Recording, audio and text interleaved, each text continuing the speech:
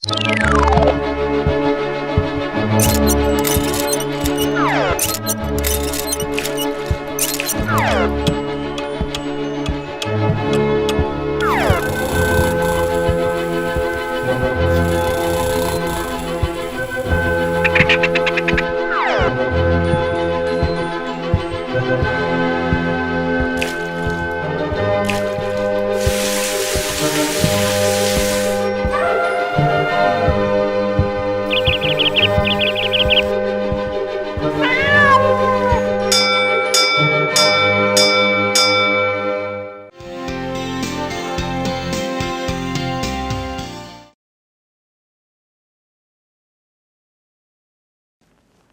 കുട്ടികൾക്കും വീണ്ടും ഫിസിക്സ് ക്ലാസ്സിലേക്ക് സ്വാഗതം. കഴിഞ്ഞ ക്ലാസ്സിൽ നമ്മൾ പ്രതലബലത്തെക്കുറിച്ചും അഡിഷൻ ബലത്തെക്കുറിച്ചും അതുപോലെ തന്നെ കോഷ്യൻ ബലത്തെക്കുറിച്ചും ഒക്കെ പഠിച്ചു അല്ലേ. അപ്പോൾ അതുമായി ബന്ധപ്പെട്ട് ഒരു ചോദ്യമുണ്ടായിരുന്നു, 2 ചോദ്യങ്ങൾ അല്ലേ. ഒന്നല്ല 2 ചോദ്യങ്ങളുണ്ടായിരുന്നു. ഏതൊക്കെയാണ്? ഒന്ന് ചോക്ക് കൊണ്ട് മഷി ഒപ്പിയെടുക്കാൻ കഴിയും. അപ്പോൾ എന്തുകൊണ്ടാണ് ചോക്ക് കൊണ്ട് മഷി ഒപ്പിയെടുക്കാൻ കഴിയുന്നത്? ക്യാപ്പിലാരിറ്റി അല്ലേ, ക്യാപ്പിലാരിറ്റി തന്നെയാണ്, അല്ലെങ്കിൽ കേശികത്വം. അപ്പോൾ കേശികത്വം കൊണ്ട് മഷി ചോക്കിൻ്റെ സുഷിരങ്ങളിലൂടെ മുകളിലോട്ട് കയറും. അതുകൊണ്ട് തന്നെ ചോക്ക് ഉപയോഗിച്ച് ഏതെങ്കിലും പ്രതലത്തിൽ വീണ മഷി നമുക്ക് പൂർണ്ണമായും ഒപ്പിയെടുക്കാൻ പറ്റും. പിന്നെ രണ്ടാമത്തെ ചോദ്യം എന്തായിരുന്നു? അതെ, കൈലേസ് ഉപയോഗിച്ചുകൊണ്ട് അല്ലെങ്കിൽ കർച്ചീഫ് ഉപയോഗിച്ചുകൊണ്ട് നമുക്ക് വിയർപ്പ് ഒപ്പിയെടുക്കാൻ കഴിയുന്നത് എന്തുകൊണ്ടാണ് എന്നുള്ളതായിരുന്നു ചോദ്യം. അതിൻ്റെ ഉത്തരം എന്ത് തന്നെയായിരിക്കും? ക്യാപ്പിലാരിറ്റി തന്നെയാണ്, അല്ലെങ്കിൽ കേശികത്വം തന്നെയാണ് അല്ലേ. കർച്ചീഫിലെ ചെറിയ സുഷിരങ്ങളിലൂടെ വിയർപ്പ് കണങ്ങൾ കർച്ചീഫിനുള്ളിലേക്ക് കയറുന്നത് കൊണ്ടാണ് നമുക്ക് കർച്ചീഫ് ഉപയോഗിച്ചുകൊണ്ട് വിയർപ്പ് തുടയ്ക്കാനായിട്ട് കഴിയുന്നത്. അപ്പോൾ നമ്മൾ കഴിഞ്ഞ ക്ലാസ്സിൽ പഠിച്ച പ്രതലബലം അല്ലേ, പ്രതലബലവും അതുപോലെ തന്നെ അഡിഷൻ ബലവും കോഷ്യൻ ബലവും, ഈ 3 ബലങ്ങളെക്കുറിച്ചിട്ടാണ് നമ്മൾ പഠിച്ചത്. ചിത്രത്തിലേക്ക് നോക്കൂ, സ്ക്രീനിൽ കാണുന്ന ചിത്രത്തിലേക്ക് നോക്കൂ നിങ്ങൾ. അപ്പോൾ എന്താണ് സ്ക്രീനിൽ കാണുന്നത്? എന്താണ്? അതെ, ദ്രാവക തന്മാത്രകൾ അല്ലേ. ദ്രാവക തന്മാത്രകളെ വിതരണം ചിത്രീകരിച്ചിരിക്കുകയാണ്. ഒരു പാത്രത്തിനുള്ളിലെ ദ്രാവക തന്മാത്രകളുടെ വിതരണമാണ് ചിത്രീകരിച്ചിരിക്കുന്നത്. നിരവധിയായുള്ള തന്മാത്രകളില്ലേ. ദ്രാവകത്തിൻ്റെ പ്രതലങ്ങളിലുള്ള തന്മാത്ര ഉണ്ട്, ദ്രാവകത്തിൻ്റെ ഉള്ളിലുള്ള തന്മാത്രകൾ നിങ്ങൾക്ക് അവിടെ കാണാൻ കഴിയും. ഇനി പാത്രത്തിനോട് ചേർന്ന് വരുന്ന ദ്രാവക തന്മാത്രകൾ നിങ്ങൾക്ക് കാണാൻ കഴിയും. അപ്പോൾ അവിടെ പാത്രത്തിനോട് ചേർന്ന് വരുന്ന ദ്രാവക തന്മാത്രകൾ നിങ്ങൾ കാണുന്നില്ലേ? ആ ദ്രാവക തന്മാത്രകളിൽ അനുഭവപ്പെടുന്ന ബലങ്ങൾ ഏതൊക്കെയായിരിക്കും? ഏതൊക്കെ ബലങ്ങളുണ്ടാവും?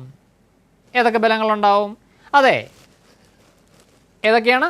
അഡിഷൻ ബലവും കോഹിഷൻ ബലവും. എങ്ങനെയാണ് അഡിഷൻ ബലം വരുന്നത്? അപ്പോൾ ഇവിടെ ദ്രാവക തന്മാത്രകളിൽ ദ്രാവകം സ്ഥിതി ചെയ്യുന്ന പാത്രത്തിനോട് ചേർന്നിരിക്കുന്ന ദ്രാവക തന്മാത്രകളിലെ ആ ദ്രാവക തന്മാത്രകളിൽ അനുഭവപ്പെടുന്ന ബലങ്ങൾ ഏതൊക്കെയായിരിക്കും? ഏതൊക്കെ ബലങ്ങൾ അനുഭവപ്പെടും അതിൽ? അതെ, 2 ബലങ്ങളുണ്ട് അല്ലേ. അഡ്ഹീഷൻ ബലവും കോഹിഷൻ ബലവും, അല്ലെങ്കിൽ അഡിസീവ് ഫോഴ്സും കോസീവ് ഫോഴ്സും. എങ്ങനെയാണ് അവിടെ അഡിസീവ് ഫോഴ്സ് വരുന്നത്? എങ്ങനെയായിരിക്കും അഡിസീവ് ഫോഴ്സ് വരുന്നത്? ഏതൊക്കെ തമ്മിലുള്ള ആകർഷണ ബലമാണ്? അതെ, ജലതന്മാത്രകളും ജലം സ്ഥിതി ചെയ്യുന്ന പാത്രത്തിലെ തന്മാത്രകളും തമ്മിലുള്ള വ്യത്യസ്ത ഇനം തന്മാത്രകളാണല്ലേ. ജലതന്മാത്രകളും പാത്രത്തിലെ തന്മാത്രകളും തമ്മിലുള്ള ആകർഷണ ബലം. അത് ഏത് ബലമാണ്? അഡ്ഹീസീവ് ഫോഴ്സ് ആണ് അല്ലേ, അല്ലെങ്കിൽ അഡിഷൻ ബലമാണ്. ഇനി പിന്നെന്തുണ്ട്? പിന്നെ ദ്രാവക തന്മാത്രകൾ തമ്മിലുള്ള ദ്രാവക തന്മാത്രകൾ തമ്മിലുള്ള ആകർഷണ ബലം. അതേത് ബലമാണ്? കോഹിഷൻ ബലമാണ്. അപ്പോൾ അവിടെ പാത്രത്തോട് ചേർന്നിരിക്കുന്ന തന്മാത്രകൾ 2 ബലം അനുഭവപ്പെടുന്നത്, അഡ്ഹീഷൻ ബലവും കോഹിഷൻ ബലവും. ഇനി ഉള്ളിലുള്ള തന്മാത്രകളിലോ, ജലത്തിനുള്ളിലുള്ള തന്മാത്രകളിൽ ഏത് ബലമാണ് അനുഭവപ്പെടുന്നത്? കോഹിഷൻ ബലമാണ് അനുഭവപ്പെടുന്നത്. കാരണം ഒരു തന്മാത്രയുടെ ചുറ്റുമുള്ള ദ്രാവക തന്മാത്രകൾ ചേർന്ന് അനുഭവപ്പെടുന്ന ബലം കോഹിഷൻ ബലമാണ്. അങ്ങനെയാണെങ്കിൽ ആ തന്മാത്രകൾ അനുഭവപ്പെടുന്ന പരിണത ബലം എത്രയായിരിക്കും? അവിടെ എല്ലാ ഭാഗത്തേക്കും ഒരുപോലെ തന്നെ ബലം അനുഭവപ്പെടുന്നതിനാൽ ദ്രാവകത്തിനുള്ളിലിരിക്കുന്ന ഒരു തന്മാത്രയിൽ അനുഭവപ്പെടുന്ന പരിണത ബലം 0 ആയിരിക്കും. അപ്പോൾ ദ്രാവക തന്മാത്രകളിൽ അനുഭവപ്പെടുന്ന ബലത്തിൻ്റെ ദിശ എങ്ങോട്ടായിരിക്കും? താഴോട്ട് അല്ലേ, അല്ലെങ്കിൽ ദ്രാവകത്തിന് ഉള്ളിലേക്ക്. താഴെയുള്ള എല്ലാ തന്മാത്രകളും ഉപരിതലത്തിലുള്ള തന്മാത്രകളെ താഴോട്ട് വലിച്ച് പിടിക്കുന്നു അല്ലേ. അപ്പോൾ അവ തമ്മിലുള്ള കോഹിഷൻ ബലമാണ്. ഈ കോഹിഷൻ ബലം കാരണമാണ് അപ്പോൾ അവിടെ അനുഭവപ്പെടുന്ന എല്ലാ തന്മാത്രകളും താഴോട്ട് ആകർഷിക്കുന്നുണ്ട്, അല്ലെങ്കിൽ ദ്രാവകത്തിനുള്ളിലേക്ക് ആകർഷിക്കുന്നുണ്ട്. അപ്പോൾ അവിടെ അനുഭവപ്പെടുന്ന പരിണത ബലത്തിൻ്റെ ദിശ സ്വാഭാവികമായിട്ടും താഴോട്ട് അല്ലെങ്കിൽ ദ്രാവകത്തിനുള്ളിലേക്കായിരിക്കും.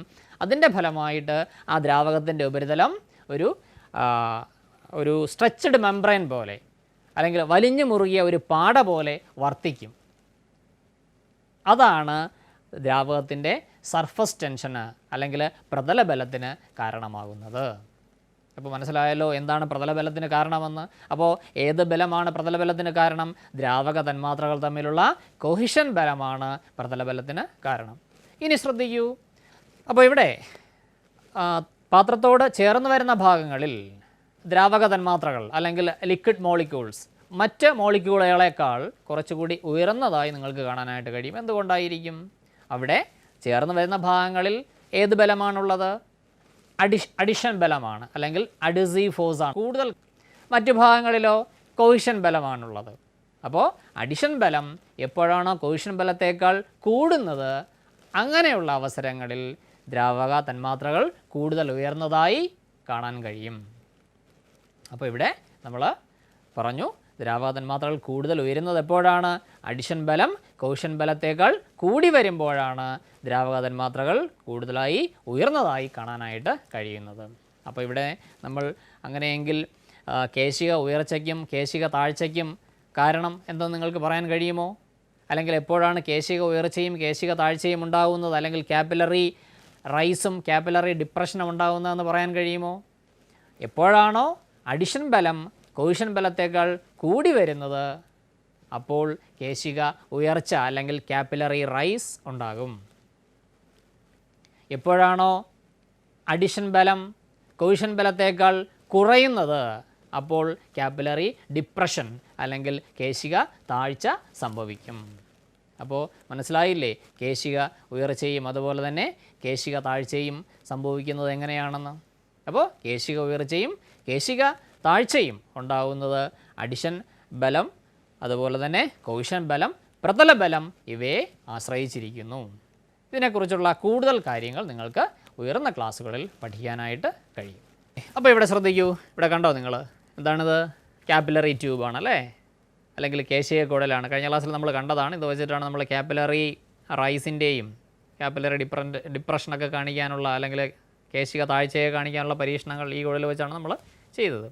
അപ്പോൾ ഇവിടെ 3 കുടലുകൾ എടുത്തിട്ടുണ്ട് അല്ലേ? 3 കേശിക കുടലുകൾ അല്ലെങ്കിൽ 3 കാപ്പിലറി ട്യൂബുകളാണ് എടുത്തിരിക്കുന്നത്. ഈ 3 എണ്ണവും വ്യത്യസ്ത ഡയമീറ്ററുള്ള കേശിക കുടലുകളാണ്. ഈ കേശിക കുടലുകളെ ഞാൻ ഈ വെള്ളത്തിലേക്ക് താഴ്ത്തി വയ്ക്കുന്നു. അതായത് നമ്മൾ നേരത്തെ തന്നെ പരീക്ഷണങ്ങളൊക്കെ ചെയ്യാൻ എടുത്തുകൊണ്ടിരിക്കുന്ന വെള്ളം തന്നെയാണ്, പൊട്ടാസ്യം പെർമാംഗനേറ്റ് ചേർത്ത വെള്ളം. പഴകിയതായതുകൊണ്ടാണ് കളറിൽ വ്യത്യാസം വരുന്നത്. അപ്പോൾ നിങ്ങൾ നോക്കിയിരുന്നാൽ മതി അല്ലേ? കണ്ടോ? ഇതിൽ ഉയരുന്നത് കണ്ടോ? ദ്രാവകം ഇതിലേക്ക് ഉയരുന്നത് കണ്ടോ? എല്ലാ കേശിക കുടലിലും ഒരേ രീതിയിലാണോ ഉയരുന്നത്? ഏറ്റവും കാപ്പിലറി റൈസ് അല്ലെങ്കിൽ കേശിക ഉയർച്ച ഏറ്റവും കൂടുതലുണ്ടായിരിക്കുന്നത് ഏത് ട്യൂബിലാണ്? അതെ, ഇങ്ങേ അറ്റത്തെ ഏറ്റവും ഇങ്ങേ അറ്റത്തെ ട്യൂബിൽ അല്ലേ? എന്തായിരിക്കും അതിൻ്റെ പ്രത്യേകത? അതിന് ഏറ്റവും വണ്ണം കുറഞ്ഞിരിക്കുന്നു. കേശിക ഉയർച്ച ഏറ്റവും കുറഞ്ഞിരിക്കുന്നത് ഏത് ട്യൂബിലാണ്? ഈ ട്യൂബിലാണ് അല്ലേ? ഈ ട്യൂബിലാണ്. ഇതാണ് ആ ട്യൂബിൻ്റെ പ്രത്യേകത. എന്താണ്? വണ്ണം കൂടിയ ട്യൂബാണ്. അപ്പോൾ നിങ്ങൾ ശ്രദ്ധിച്ച് മനസ്സിലാക്കുക. കേശിക ഉയർച്ച ഏറ്റവും കൂടിയിരിക്കുന്നത് വ്യാസം, അതായത് ഡയമീറ്റർ കൂടിയ കാപ്പിലറി ട്യൂബിൽ കേശിക ഉയർച്ച കുറവാണ്. ഡയമീറ്റർ കുറഞ്ഞ കാപ്പിലറി ട്യൂബിൽ കേശിക ഉയർച്ച കൂടുതലാണ്. അപ്പോൾ ഇതാണ് നമുക്ക് ഇന്ന് മനസ്സിലാക്കാനായിട്ട് കഴിയുന്നത്. അപ്പോൾ ഇവിടെ നമ്മൾ കണ്ടത് ഡയമീറ്റർ കൂടിയ കേശിക കുടലിൽ കാപ്പിലറി റൈസ് കുറവായിരുന്നു. ഡയമീറ്റർ കുറഞ്ഞ കാപ്പിലറി ട്യൂബിൽ കാപ്പിലറി റൈസ് കൂടുതലാണ്. അതായത് ഡയമീറ്റർ എന്ന് പറയുന്നത് ഇതിൻ്റെ ഇന്നറായിട്ടുള്ള ഡയമീറ്ററാണ്. ഇന്നർ ഡയമീറ്റർ, കാപ്പിലറി ട്യൂബിൻ്റെ ഇന്നർ ഡയമീറ്റർ. അപ്പോൾ കാപ്പിലറി റൈസ് അല്ലെങ്കിൽ കേശിക ഉയർച്ചയും ഇതിൻ്റെ ഡയമീറ്റർ അല്ലെങ്കിൽ വ്യാസവും തമ്മിൽ ബന്ധമുണ്ടോ? തീർച്ചയായും ഉണ്ട് അല്ലേ? ഡയമീറ്റർ കൂടുമ്പോൾ കേശിക ഉയർച്ച കുറയും, ഡയമീറ്റർ കുറയുമ്പോൾ കേശിക ഉയർച്ച കൂടും. അപ്പോൾ എന്തുകൊണ്ടാണ് ഡയമീറ്റർ കൂടിയ കാപ്പിലറി ട്യൂബിൽ കേശിക ഉയർച്ച കുറയുന്നതും ഡയമീറ്റർ കുറഞ്ഞ കാപ്പിലറി ട്യൂബിൽ കേശിക ഉയർച്ച കൂടുന്നതും? അതാണല്ലോ നിങ്ങൾ കണ്ടത് അല്ലേ? ഡയമീറ്റർ കൂടുമ്പോൾ കേശിക ഉയർച്ച കുറയുന്നതായാണ് കണ്ടത്, ഡയമീറ്റർ കുറയുമ്പോൾ കേശിക ഉയർച്ച കൂടുന്നതായാണ് കണ്ടത്. എന്തുകൊണ്ടായിരിക്കും? ഇവിടെ ഇവിടെ ശ്രദ്ധിക്കൂ. അപ്പോൾ ഇതിൻ്റെ അകത്ത് ദ്രാവകം നിറഞ്ഞിരിക്കുകയാണ് അല്ലേ. അപ്പോൾ ഈ ദ്രാവകം നിറഞ്ഞിരിക്കുമ്പോൾ ദ്രാവകത്തിൻ്റെ ഭാരം താഴോട്ട് പ്രയോഗിക്കപ്പെടുന്നില്ലേ? ദ്രാവകത്തിൻ്റെ ഭാരമെന്ന് പറയുന്നത് ഈ ദ്രാവകത്തിൽ ഭൂമി പ്രയോഗിക്കുന്ന ആകർഷണ ബലമല്ലേ? മുൻ ക്ലാസ്സുകളിലൊക്കെ തന്നെ പറഞ്ഞിട്ടുള്ളതാണ്. ഭൂമി പ്രയോഗിക്കുന്ന ആകർഷണ ബലമാണ് ഒരു വസ്തുവിൻ്റെ ഭാരം. അപ്പോൾ ഇതിനകത്ത് നിറഞ്ഞിരിക്കുന്ന ഈ കാപ്പിലറി ട്യൂബിനുള്ളിൽ നിറഞ്ഞിരിക്കുന്ന ദ്രാവകത്തിൻ്റെ ഭാരമെന്ന് പറയുന്നത് ഇതിൽ ഭൂമി പ്രയോഗിക്കുന്ന ആകർഷണ ബലമാണ്. അപ്പോൾ ആ ആകർഷണ ബലം അല്ലെങ്കിൽ ഭാരം എങ്ങോട്ടായിരിക്കും പ്രയോഗിക്കപ്പെടുന്നത്? താഴോട്ടാണ് പ്രയോഗിക്കപ്പെടുന്നത്. പക്ഷേ നമ്മൾ വെള്ളത്തിൽ താഴ്ത്തി വയ്ക്കുമ്പോൾ ഇതിൽ ദ്രാവകം എങ്ങോട്ടാണ് കയറിപ്പോകുന്നത്? മുകളിലേക്കല്ലേ. അപ്പോൾ താഴോട്ട് അനുഭവപ്പെടുന്ന ഭാരത്തിന് വിപരീത ദിശയിലാണ് ദ്രാവകം കയറുന്നത്, അല്ലെങ്കിൽ കാപ്പിലറി റൈസ് ഉണ്ടാകുന്നത്. എന്തുകൊണ്ടായിരിക്കും കാപ്പിലറി റൈസ് ഉണ്ടാകുന്നത്? അത് നമ്മൾ നേരത്തെ പഠിച്ചുവല്ലോ. എന്തുകൊണ്ടായിരിക്കും? അതെ, അഡിഷൻ ബലം കാരണം. ഏതൊക്കെ തമ്മിലുള്ള അഡിഷൻ ബലം കാരണം? ഇതിനകത്തുള്ള ദ്രാവക തന്മാത്രകളും അതുപോലെ തന്നെ കാപ്പിലറി ട്യൂബിൻ്റെ തന്മാത്രകളും തമ്മിലുള്ള അഡിഷൻ ബലം. എപ്പോഴാണോ ജലത്തിൻ്റെ ഭാരത്തേക്കാൾ കൂടുതൽ അഡിഷൻ ബലം ഉണ്ടാകുന്നത്, അല്ലെങ്കിൽ ജലത്തിൻ്റെ ഭാരത്തേക്കാൾ കൂടുതൽ അഡിഷൻ ബലം വരുമ്പോഴാണ് കാപ്പിലറി റൈസ് ഉണ്ടാകുന്നത്. അപ്പോൾ ഈ 3 കാപ്പിലറി ട്യൂബുകൾ എടുത്താൽ ഏത് കാപ്പിലറി ട്യൂബിനുള്ളിലെ ജലത്തിനായിരിക്കും ഭാരം കൂടിയിരിക്കുന്നത്, അല്ലെങ്കിൽ കൂടുതൽ ഭാരമുള്ളത്? കൂടുതൽ ഭാരമുള്ളത് തീർച്ചയായും ഡയമീറ്റർ കൂടിയ കാപ്പിലറി ട്യൂബിനുള്ളിലെ ജലത്തിനാണ്. അതുകൊണ്ട് തന്നെ അവിടെ ഈ ഭാരത്തെ അവഗണിച്ചുകൊണ്ട് കൂടുതൽ ഉയരത്തിലേക്ക് എത്തണമെങ്കിൽ കൂടുതൽ അഡിഷൻ ബലം പ്രയോഗിക്കപ്പെടേണ്ടി വരും. അങ്ങനെ മതിയായ അഡിഷൻ ബലം ലഭിക്കാത്തത് കൊണ്ടാണ്, അല്ലെങ്കിൽ ഇതിൻ്റെ ഭാരത്തെ, ഡയമീറ്റർ കൂടിയ കാപ്പിലറി ട്യൂബിലെ ജലത്തിൻ്റെ ഭാരത്തെ ഓവർകം ചെയ്യാൻ കഴിയുന്ന തരത്തിൽ അഡിഷൻ ബലം ലഭിക്കാത്തത് കൊണ്ടാണ് ഡയമീറ്റർ കൂടിയ കാപ്പിലറി ട്യൂബിൽ കേശിക ഉയർച്ച കുറഞ്ഞത്. ഡയമീറ്റർ കുറഞ്ഞ കാപ്പിലറി ട്യൂബിലെ ജലത്തിൻ്റെ ഭാരം കുറവാണ്. അതുകൊണ്ട് തന്നെ ആ ഭാരത്തെ ഓവർകം ചെയ്യാനുള്ള അഡിഷൻ ബലം അവിടെ ലഭിക്കുന്നുണ്ട്. അതുകൊണ്ട് തന്നെ ഡയമീറ്റർ കുറഞ്ഞ കാപ്പിലറി ട്യൂബിൽ കാപ്പിലറി റൈസ് അല്ലെങ്കിൽ കേശിക ഉയർച്ച കൂടി. അപ്പോൾ ഇതാണ് ഡയമീറ്റർ കുറയും തോറും കേശിക ഉയർച്ച കൂടാനുള്ള കാരണം. അപ്പോൾ മനസ്സിലായില്ലേ എന്തുകൊണ്ടാണ് ഡയമീറ്റർ കുറഞ്ഞ, അല്ലെങ്കിൽ ഇന്നർ ഡയമീറ്റർ കുറഞ്ഞ കാപ്പിലറി ട്യൂബിൽ കൂടുതൽ കേശിക ഉയർച്ച ഉണ്ടാകുന്നത്? ഡയമീറ്റർ കുറഞ്ഞ കാപ്പിലറി ട്യൂബിൽ കൂടുതൽ കേശിക ഉയർച്ച ഉണ്ടാകുന്നത് എന്ന് നിങ്ങൾക്ക് മനസ്സിലായില്ലേ? അപ്പോൾ ഇവിടെ നമ്മൾ ശ്രദ്ധിച്ചിരിക്കേണ്ട കാര്യം, ഡയമീറ്റർ കുറഞ്ഞ കാപ്പിലറി ട്യൂബിനുള്ളിലാണ് കേശിക ഉയർച്ച കൂടുതൽ ഉണ്ടാകുന്നത്. അതിന് കാരണം അതിനകത്തുള്ള ജലത്തിൻ്റെ ഭാരത്തെ ഓവർകം ചെയ്യാൻ കഴിയുന്ന തരത്തിൽ അവിടെ അഡിഷൻ ബലം ലഭിക്കുന്നുള്ളത് കൊണ്ടാണ്. ഇനി അഡിഷൻ ബലവും ഭാരവും, ജലത്തിൻ്റെ ഭാരവും തുല്യമായാൽ പിന്നെ കേശിക ഉയർച്ച ഉണ്ടാകുമോ? രണ്ടും തുല്യമാവുകയാണ്. ഏതൊക്കെയാണ്? അഡിഷൻ ബലവും അതുപോലെ തന്നെ ജലത്തിൻ്റെ ഭാരവും തുല്യമാവുകയാണ്. അങ്ങനെയാണെങ്കിൽ പിന്നെ കേശിക ഉയർച്ച സംഭവിക്കുമോ? ഇല്ല, അല്ലേ? രണ്ടും തുല്യമായി കഴിഞ്ഞാൽ പിന്നെ എന്ത് സംഭവിക്കില്ല? കേശിക ഉയർച്ച സംഭവിക്കില്ല. അപ്പോൾ നമ്മൾ മനസ്സിലാക്കി, ഡയമീറ്റർ കുറയും തോറും, അല്ലേ, കാപ്പിലറി ട്യൂബിൻ്റെ ഇന്നർ ഡയമീറ്റർ കുറയും തോറും കേശിക ഉയർച്ച കൂടുന്നു എന്നുള്ള കാര്യം നമ്മൾ മനസ്സിലാക്കി. ഇനി ശ്രദ്ധിക്കൂ, ഇവിടെ നമ്മൾ ഗ്ലിസറിൻ എടുത്തിട്ടുണ്ട്. ഗ്ലിസറിൻ സാധാരണ സൗന്ദര്യ സംവർദ്ധക വസ്തുക്കളിലൊക്കെ ഉപയോഗിക്കുന്ന ഒരു ദ്രാവകമാണ്. ഇത് നമ്മൾ മെഡിക്കൽ സ്റ്റോറിലൊക്കെ വാങ്ങിക്കാൻ കിട്ടും. പിന്നെ തേൻ എടുത്തിട്ടുണ്ട്. ശ്രദ്ധിക്കൂ, തേൻ, അല്ലേ? തേൻ നമ്മൾ കഴിക്കാനൊക്കെ ഉപയോഗിക്കുന്ന സാധനമാണ്. എല്ലാവരും കഴിച്ചിട്ടുണ്ട്. വലിയ കയ്പ്പല്ലേ, നല്ല കയ്പ്പല്ലേ തേനിന്? കയ്പ്പല്ല, അല്ലേ? അതാണ്, നല്ല മധുരമുള്ള ഒരു ദ്രാവകമാണ് തേൻ. പിന്നെ മണ്ണെണ്ണയുണ്ട്, പിന്നെ ജലം എടുത്തിട്ടുണ്ട്. അപ്പോൾ ഇവിടെ ഞാൻ ഈ ഗ്ലാസ്സിലേക്ക്, ഇവിടെ ഒരു ഗ്ലാസ് ഷീറ്റ് എടുത്തിട്ടുണ്ട്. ഞാൻ ഈ ഗ്ലാസ് ഷീറ്റിലേക്ക്, നിങ്ങൾ ശ്രദ്ധിച്ചിരിക്കണം, ഈ ഗ്ലാസ് ഷീറ്റിലേക്ക് ഞാൻ ഈ 4 ദ്രാവകങ്ങളെയും, ഏതിനെയൊക്കെയാണ്? തേൻ. ആദ്യം ഞാനിവിടെ തേൻ വയ്ക്കുന്നു. ശ്രദ്ധിക്കൂ, ഈ ഗ്ലാസ് ഷീറ്റിൻ്റെ ഒരു പോയിന്റിലേക്ക് ഞാൻ തേൻ വയ്ക്കുന്നു. ഒരു തുള്ളി തേൻ. ശ്രദ്ധിക്കൂ, അപ്പോൾ ഇച്ചിരി തേൻ തുള്ളി വെച്ചു. ഇനി അതുപോലെ തന്നെ ഞാൻ അത് കഴിഞ്ഞിട്ട് ഗ്ലിസറിൻ വയ്ക്കുന്നു. ഗ്ലിസറിൻ, ശ്രദ്ധിക്കൂ, ഗ്ലിസറിൻ.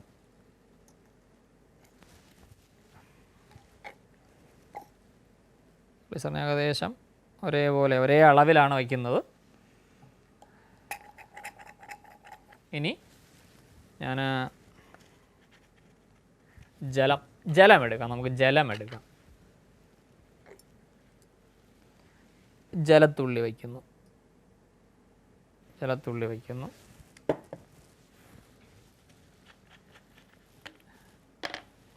ഇനി മണ്ണെണ്ണ വയ്ക്കുന്നു. ഇനി നിങ്ങൾ വളരെ ശ്രദ്ധിച്ചിരിക്കണം. അപ്പോൾ ഏകദേശം ഒരേ അളവിൽ തേൻതുള്ളി, ഗ്ലിസറിൻ, ജലം, മണ്ണെണ്ണ ഇവയെ ഞാനിവിടെ വച്ചിട്ടുണ്ട്. ഇനി ഞാൻ ഈ ഗ്ലാസ് പ്ലേറ്റ് ഉയർത്താൻ പോവുകയാണ്. ഒരേ ലെവലിലാണ് വച്ചിരിക്കുന്നത്. ഇവിടെ ശ്രദ്ധിക്കൂ, ഒരേ ലെവലിലാണ്. ഒരേ ലെവലിൽ തേൻ, ഗ്ലിസറിൻ, ജലം, മണ്ണെണ്ണ. ഇനി ഞാൻ ഈ ഗ്ലാസ് പ്ലേറ്റ് ഉയർത്തുകയാണ്. എന്ത് സംഭവിക്കുന്നത് നിരീക്ഷിക്കൂ, നിങ്ങൾ ശ്രദ്ധിക്കൂ.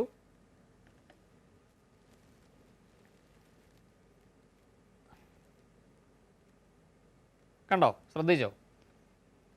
ശ്രദ്ധിച്ചു നോക്കൂ അല്ലേ? എന്ത് സംഭവിക്കുന്നു?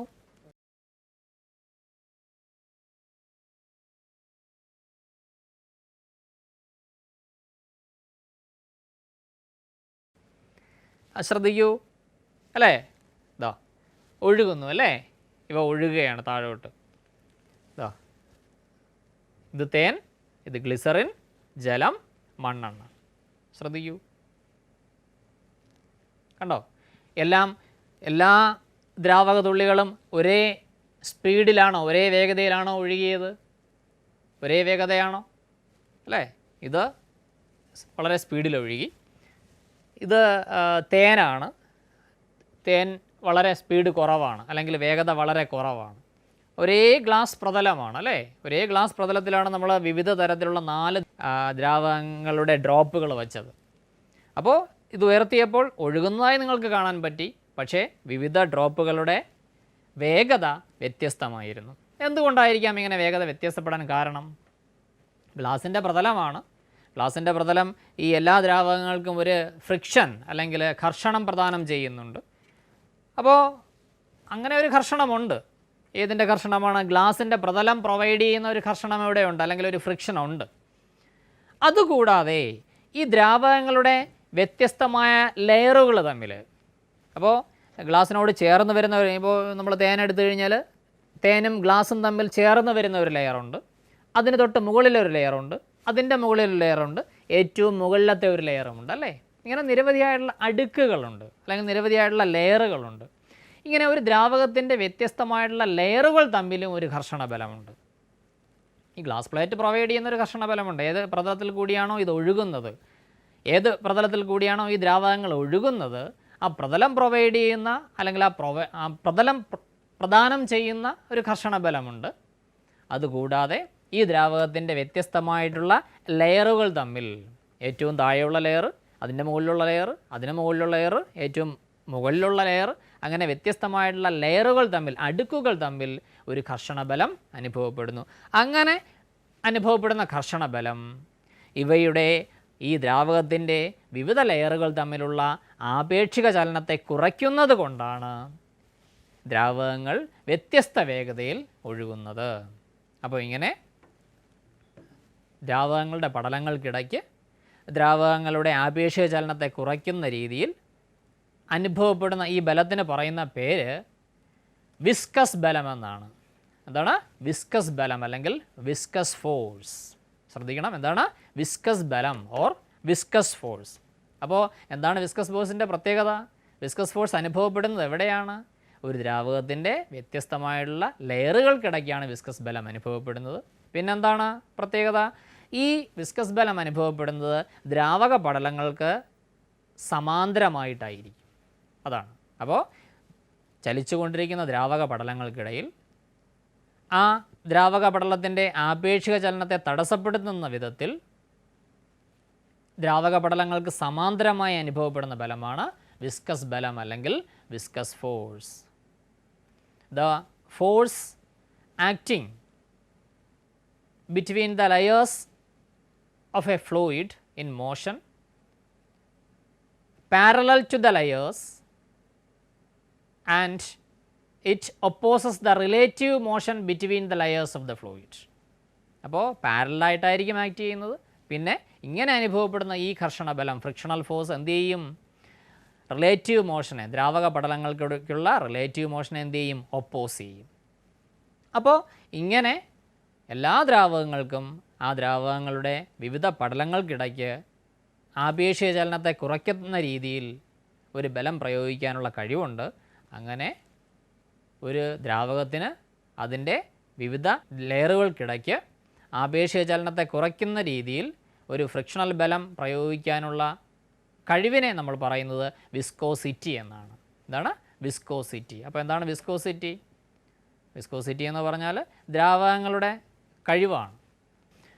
നമ്മളിപ്പോൾ ഇവിടെ ചെയ്ത ഇതേ പരീക്ഷണം തന്നെ കുറച്ചുകൂടി വ്യക്തതയ്ക്ക് വേണ്ടി, നിങ്ങൾക്ക് കുറച്ചുകൂടി വ്യക്തമായി കാണാനും വേണ്ടി, എല്ലാവരും കണ്ടോ എന്ന സംശയമാണ്, അതുകൊണ്ട് തന്നെ കുറച്ചുകൂടി വ്യക്തതയ്ക്ക് വേണ്ടി വീണ്ടും വേറൊരു ഗ്ലാസ് പ്ലേറ്റ് വെച്ച് ആവർത്തിക്കുകയാണ്.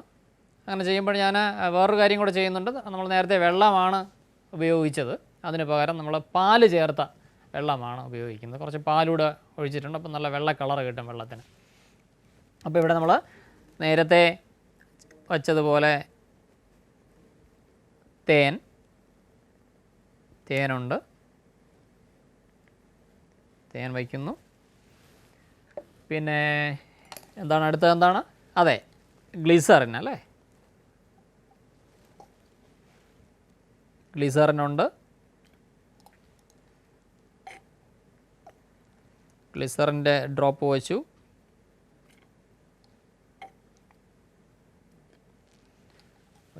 ഇനി പാല് ചേർത്ത വെള്ളം, പാല് ചേർത്ത വെള്ളമുണ്ട്.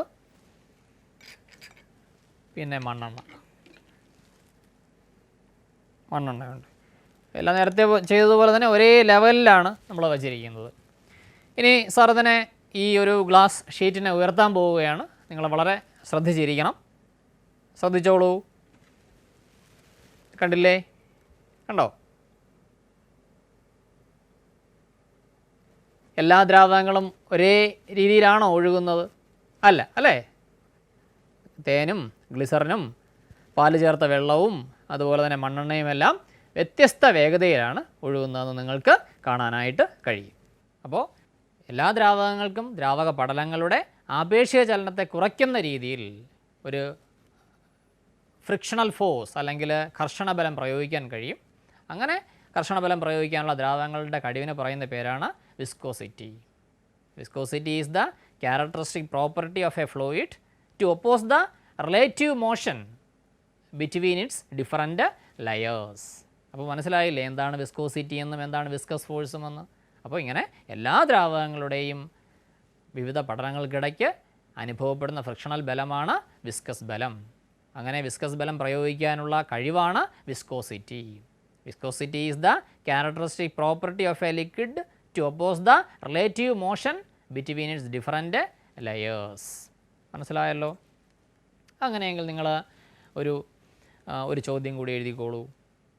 അടുത്ത ക്ലാസ്സിൽ ചെയ്തുകൊണ്ട് വരേണ്ട ചോദ്യമാണ്. അപ്പോൾ നമ്മൾ വിവിധ തരത്തിലുള്ള ക്യാപ്പിലറി ട്യൂബുകൾ വെച്ചിട്ട് നമ്മൾ ഏത് ട്യൂബിലാണ് ക്യാപ്പിലറി റൈസ് ഏറ്റവും കൂടുതലെന്ന് കണ്ടു അല്ലേ? ഏത് ട്യൂബിലായിരുന്നു ക്യാപ്പിലറി റൈസ് ഏറ്റവും കൂടിയത്? പരീക്ഷണം ചെയ്തതല്ലേ? അതെ, ഡയമീറ്റർ ഏറ്റവും കുറഞ്ഞ ട്യൂബിലായിരുന്നു കേശിക ഉയർച്ച ഏറ്റവും കൂടുതൽ. അങ്ങനെയെങ്കിലും ഒരു ചോദ്യം കൂടി എഴുതിക്കോളൂ. നിങ്ങൾ ശ്രദ്ധിച്ചിട്ടുള്ള കാര്യമാണ്, വേനൽക്കാലം വരുമ്പോൾ നമ്മുടെ പറമ്പുകളെല്ലാം കിളച്ചിടാറുണ്ട്. തെങ്ങൊക്കെ ഉണ്ടെങ്കിൽ തെങ്ങിന് തടമെടുത്തിടും, അങ്ങനെയൊക്കെ ചെയ്യാറുണ്ട് അല്ലേ? അപ്പോൾ എന്തിനാണ് നമ്മൾ വേനൽക്കാലത്ത് ഇങ്ങനെ പറമ്പ് കിളച്ചിടുന്നത്? നമ്മൾ ആ സമയത്താണ് ചെയ്യുന്നത്. വേനൽക്കാലം വരുമ്പോഴാണ് പറമ്പ് കൃത്യമായിട്ട് കിളച്ച് ഒരുക്കിയിടുന്നത്. എന്തിനാണ് ഇങ്ങനെ വേനൽക്കാലത്ത് പറമ്പ് കിളച്ചിടുന്നത്? അല്ലെങ്കിൽ വേനൽക്കാലത്ത് പറമ്പ് കിളച്ചിടുന്നത് കൊണ്ട് നമുക്ക് എന്തെങ്കിലും ഗുണമുണ്ടോ എന്നുള്ളതാണ്. അപ്പോൾ അതിൻ്റെ ഉത്തരം അല്ലെങ്കിൽ അതിൻ്റെ കാരണം നിങ്ങൾ സയൻസ് ഡയറിയിൽ എഴുതിയിട്ട് വരണം അടുത്ത ക്ലാസ്സിൽ വരുമ്പോൾ. ഓക്കെ, ബാക്കി കാര്യങ്ങൾ നമുക്ക് അടുത്ത ക്ലാസ്സിൽ പഠിക്കാം.